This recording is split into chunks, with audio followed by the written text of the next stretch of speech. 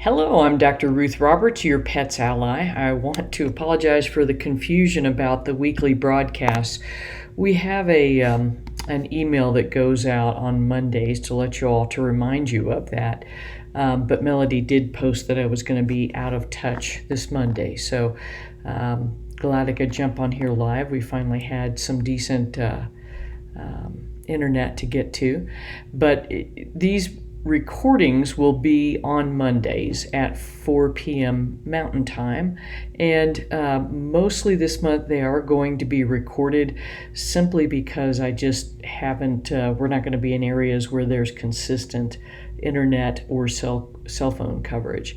So apologies for that, but that's kind of life right now. I will get back on live at the end of the month as well. So you guys had some great questions. May was asking about heartworm prevention, and your vet had told you about ProHeart, and absolutely don't do it. It came off the market over 10 years ago because it had some pretty horrible side effects.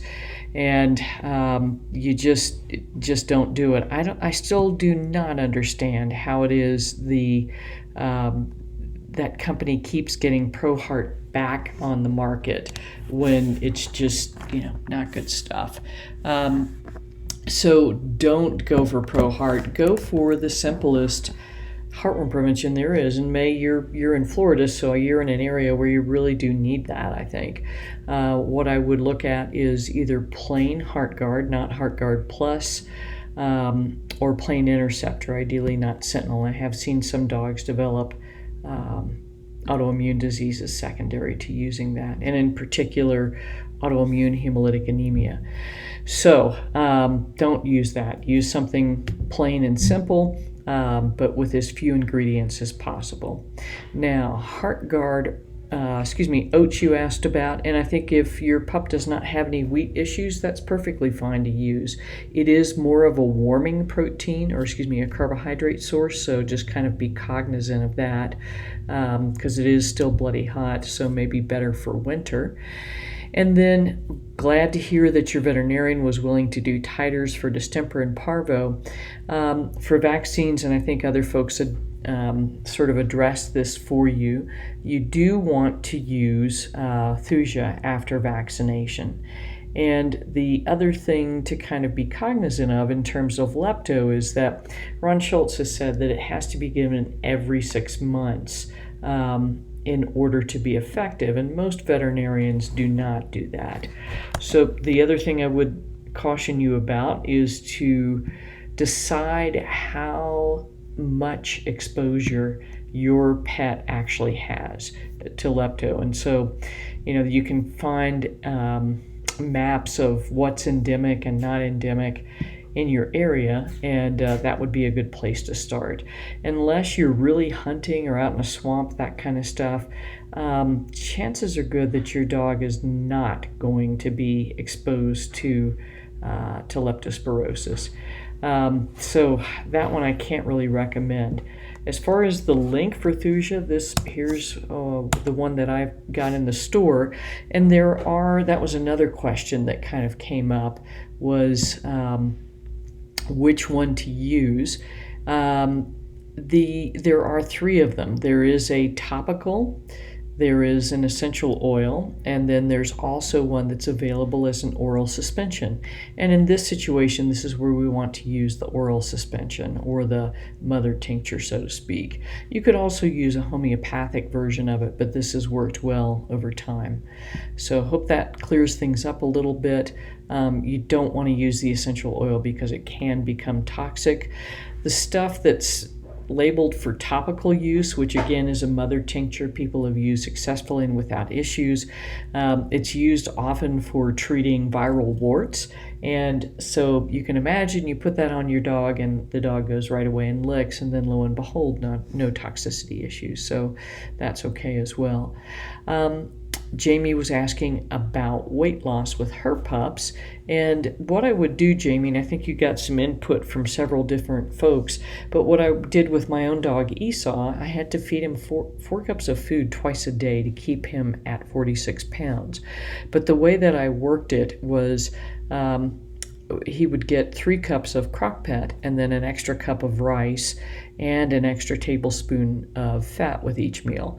So start on the low side, something like a 1/4 cup of carbohydrate, and then a 1/4 teaspoon of oil per meal, and gradually work those up to the point where she's maintaining or actually even gaining weight. I'm not quite clear as to whether it had gotten too low, like scary low, or not. And I know that Kathy had some issues as far as her dog's losing way too much weight, and so a lot of people will opt to feed a combination of kibble and Crockpet, and that's all good. You got to do what you got to do to keep your pets healthy. Let's see, Valerie was asking about colostrum for her kitty with GI issues. It is a milk product, and so it's, there's a lot of folks that are getting the organic stuff, which is good, but it can create some GI issues because it is a milk product, and it can be either due to the milk protein itself, or many pets are lactose intolerant. So cats will often drink cream, which is essentially the fat of the milk, with no issues, but not be able to drink real milk. So just be cognizant of that. I've had a real mixed bag of results from clients as far as it supposed to be an immune support and that kind of stuff. Personally, I've never found it to be effective for me, but I've had clients that found it to be very helpful. So for GI issues, that's really where you want to focus on probiotics, and then making sure that there is not a sensitivity to something your pet's eating. So I hope that's helpful, Valerie. Penny was writing about Lola starting to vomit every couple of weeks. And Penny, we've been working on trying to get her to eat other things, and she's just not buying it, which is tough. So I would recommend seeing if you can figure out if there's something happening in the house 24 hours to 72 hours prior to the vomiting. So sometimes that can be something emotional, or maybe it's the trash collection, who knows. So just kind of think of it in that way, and then you could use something, if it is something happening outside, you could use something to help kind of reduce the anxiety, such as Nutricalm or something like that, just prior to when that event is going to happen, or sort of several days around it, if that's helpful. So I hope that's good. April's asking about black beans, and yes, definitely, any kind of beans is great. I put kidney beans in the diet to start with because they are kidney shaped, so they tonify the kidneys, and they are red, so they also tonify blood.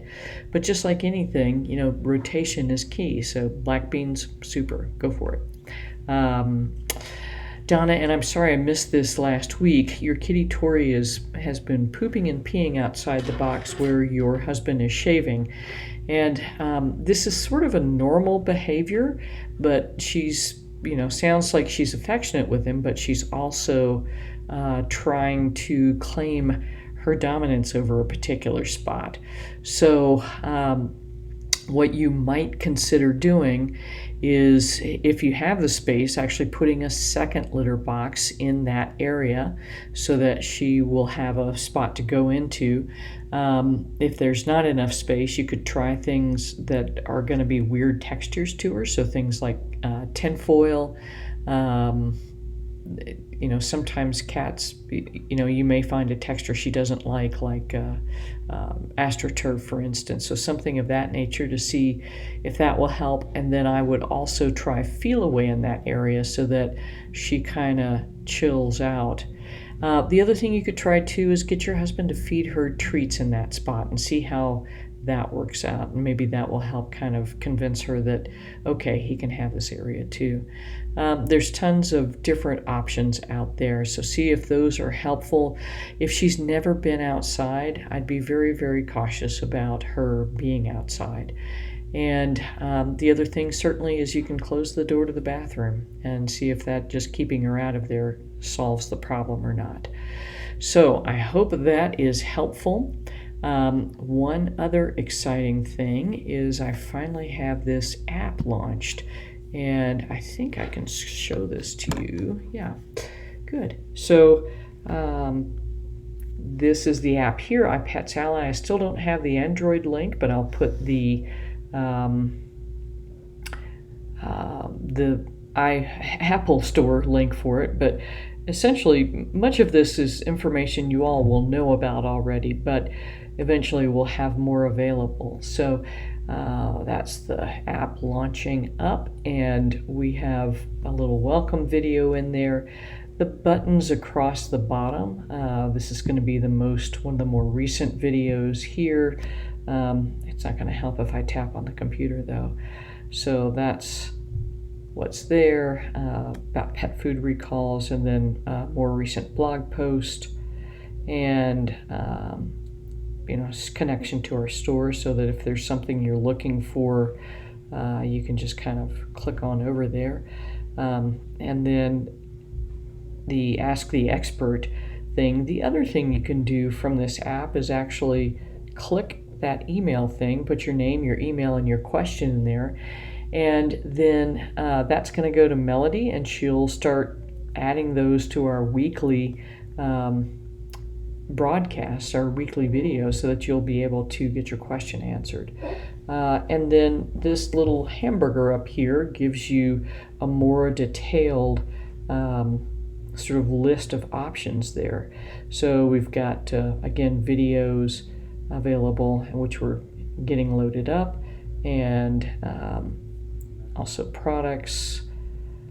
So this thing, we're in, again, slow internet land, so hopefully this is broadcasting well, but you'll be able to go through and order off of the Shopify store there.